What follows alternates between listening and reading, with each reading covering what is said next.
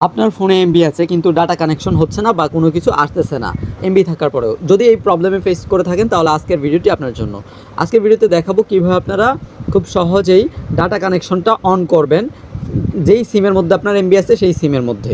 So সেটা করার জন্য আপনারা প্রথমেই চলে যাবেন সেটিংস অপশনে। এখন ধরেন আপনি আপনার ফোনের মধ্যে বাংলালিংক এবং গ্রামীণ দুইটা সিম রয়েছে।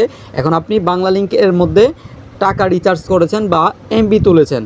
তো এখন যদি আপনার এখানে ডাটা কানেকশন আপনি চালু করার পর বাংলালিংকের মধ্যে ডাটাটা কানেকশন না হয়, সেক্ষেত্রে কিন্তু কখনোই কিছু আসবে না এবং ডাটা কানেকশনটা কিন্তু চালু হবে না এক্স্যাক্টলি।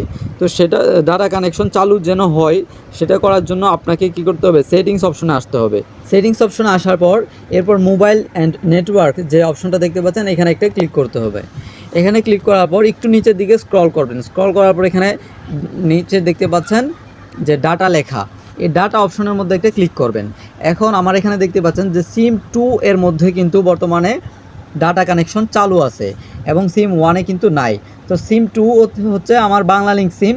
বাংলালিংক সিমে কিন্তু আমার এমবি আছে, এই জন্য বাংলালিংক এটা দিয়ে আমি যদি ডাটা কানেকশন অন করি সেক্ষেত্রে কিন্তু আমার ফোনে এমবি চলবে। এখন কথা হচ্ছে আপনার যদি অন্য সিমের মধ্যে এমবি থাকে সেক্ষেত্রে কী করবেন। ধরেন আপনার সিম 1-এ এমবি তুলেছেন, সিম 1-এ যাই হোক বাংলালিংক বা গ্রামীণ আপনার যেই সিমই হোক, যেই সিমে আপনি টাকা তুলেছেন সেটা সিলেক্ট করবেন। করলে ওই সিমের মধ্যে কিন্তু ডাটা কানেকশনটা চালু হয়ে যাবে। তো ভিউয়ার্স এইভাবে কিন্তু এরপরে ডাটাটা চালু করলে আপনার ফোনে কিন্তু ডাটা চালু হয়ে যাবে এবং আপনি পরবর্তীতে সব কিছু করতে পারবেন, ডাটা ব্যবহার করতে পারবেন। তো ভিউয়ার্স আজকের ভিডিওটি ছিল মূলত এতটুকু। ভিডিওটি আপনাদের কাছে কেমন লেগেছে গুরুত্বপূর্ণ মতামত কমেন্টে জানিয়ে দিন এবং এরকম আরও নিত্য নতুন টিউটোরিয়াল ভিডিওগুলো সবার আগে পেতে চ্যানেলটি সাবস্ক্রাইব করে রাখুন। আসসালামু আলাইকুম।